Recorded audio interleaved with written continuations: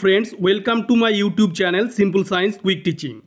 আজকে আমরা যে রায়মার্টিন প্রশ্নবিচিত্রা ভলিউম 1 ক্লাস 10-এ সেকেন্ড সামেটিভ পরীক্ষা বাংলা বিষয়ের দ্বিতীয় স্কুল আরামবাগ গার্লস হাই স্কুলের প্রশ্নের সমাধানগুলি দেখে নেব। প্রথমে দেখতে পাচ্ছ 1 মার্কের 5টি এমসিকিউ রয়েছে। প্রথম যে এমসিকিউটি রয়েছে সেই এমসিকিউটি হলো বুনো হাঁস ধরায় যে এদের কাজ, এটি বলেছিলেন রামদাস।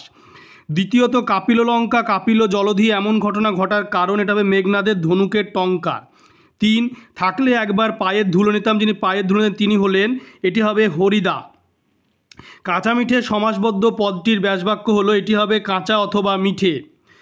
তারপরে তোমরা দেখতে পাচ্ছ যে পূর্বপদের অর্থ প্রধান হয়, এটি হবে দ্বিগু ও অব্যয়ীভাব সমাসে।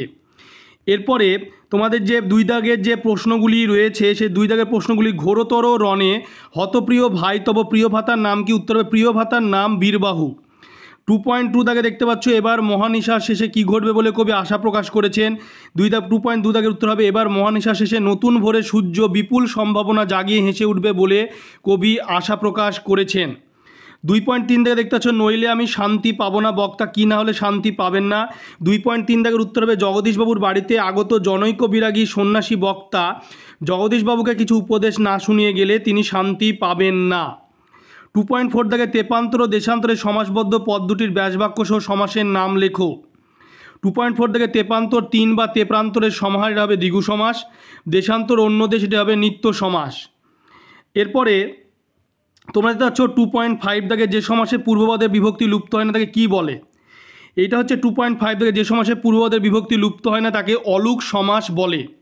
তোমরা স্ক্রিনশট মেরেও এটি দেখে নিতে পারো।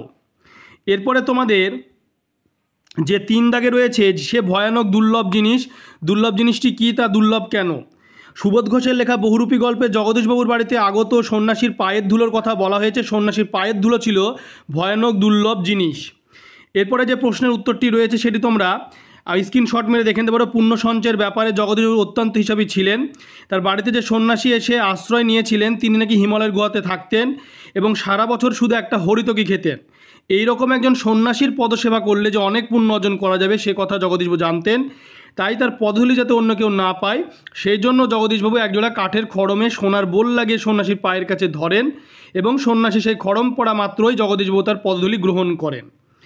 এরপরে নেক্সট যে 2.2 থেকে সাজিছে রাবণ, রাজা লঙ্কেশ্বর রাবণ কী জন্য এবং কীভাবে সাজছেন তোমরা দেখতে পাচ্ছ। পুত্র বীরবাহুর মৃত্যু সংবাদ পেয়ে শোক কাটিয়ে রাবণ যুদ্ধসজ্জার প্রস্তুতি এবং প্রতিশোধের প্রতিজ্ঞা নেন। যুদ্ধের সূচনা বোঝাতে বাজনা বেজে ওঠে, সেই সঙ্গে হাতিরা গর্জন করে, অশ্বেরা হের্ষাধ্বনি করে, পদাতিক রথী ইত্যাদি রাবণের সেনাবাহিনী যুদ্ধের উত্তেজনায় হুঙ্কার ধ্বনি করে। রেশম বস্ত্রের রাজপতাকা আকাশে উঠতে থাকে, তার সঙ্গে দীপ্তি ছড়ায় স্বর্ণ বর্মের আভা। সব মিলে রাবণের যুদ্ধসজ্জার কারণে চারিদিকে এক বীরভাবের পরিবেশ তৈরি হয়। এরপরে তোমরা দেখতে পাচ্ছ যে 4 দাগে যে প্রশ্নটি রয়েছে বাবুটির স্বাস্থ্য গেছে কিন্তু শখ 16 আনায় বজায় আছে। বাবুটির স্বাস্থ্য শখের পরিচয় দাও। বাবুটির পরিচয়, এখানে বাবু বলতে শরৎচন্দ্র চট্টোপাধ্যায়ের যে পথের দেবী রচনাংশে অন্যতম চরিত্র গিরিশ মহাপাত্রের কথা বলা হয়েছে।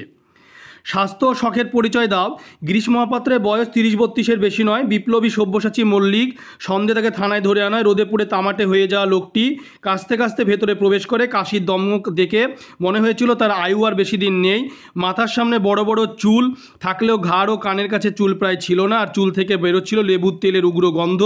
এর সঙ্গে মানানসই ছিল তার পোশাকও। গায়ে ছিল জাপানি সিল্কের রামধনু রঙের চুড়িদার পাঞ্জাবি। তার বুক পকেট থেকে বাগাকা একটি রুমালের কিছু অংশ দেখা যাচ্ছিল।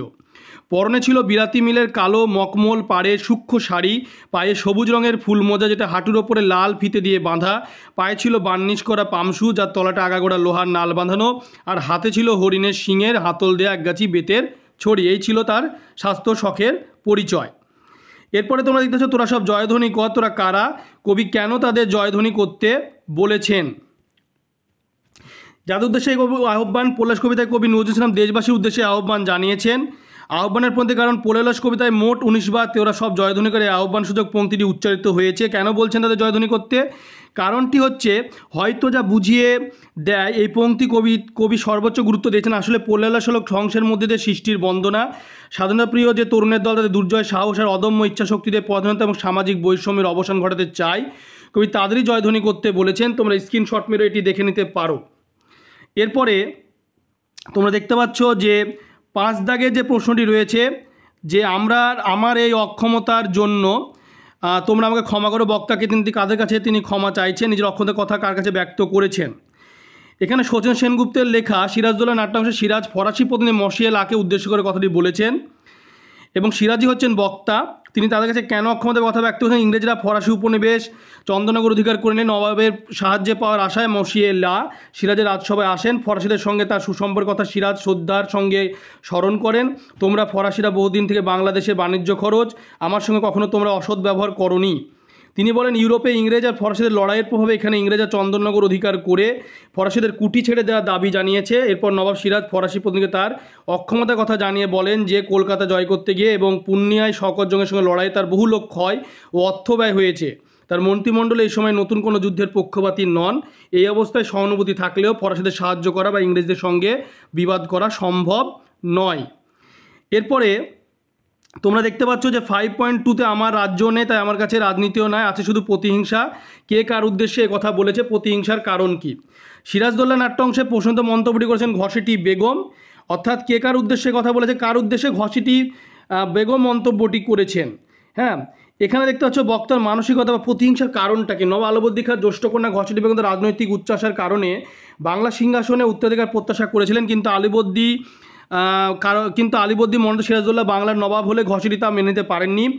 আলীবর্দী আর এক দহিত্র শওকত জংকে সিরাজের বিরুদ্ধে ব্যবহার করতে চেয়েছিলেন। ফলস্বরূপ ঘসেটির মতিঝিল প্রাসাদ হয়ে ওঠে সিরাজ বিরোধী চক্রান্তের কেন্দ্রস্থল।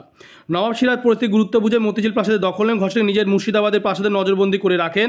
ঘসেটি পরিণত হন সিরাজের প্রত্যক্ষ বিরোধীতে, অর্থাৎ প্রতিহিংসা কারণটি বলা হচ্ছে। ইংরেজদের কাশিমবাজার দিকে আসার খবর পেয়ে তিনি প্রত্যাশা করেন মুর্শিদাবাদেও তার আসবে এবং বাংলা সুদিন ফিরবে, ঘসেটির বন্ধনমোচন হবে, সিরাজের পতন হবে। সিরাজ তাকে গৃহহারা করেছে, তার সর্বস্ব লুট করেছে, তাকে দাসী করে রেখেছে। তার এই অভিযোগ অস্বীকার করতে চেয়ে সিরাজ বলেন যে রাজনীতির কারণে মতিঝিল প্রাসাদে তাকে যেতে নিষেধ করা হয়েছে। এই পরিপ্রেক্ষিতে ঘসেটি প্রশ্ন উদ্ধৃত বক্তৃটি করেছেন। তোমরা ভিডিওটি বেশি করে শেয়ার করবে, তোমার চ্যানেলটিকে অবশ্যই সাবস্ক্রাইব করে পাশে বেল আইকনে তোমরা প্রেস করবে যে পরবর্তী ভিডিওর নোটিফিকেশন তোমরা পেয়ে যাও, এবং তোমরা লাইক ও কমেন্ট করবে।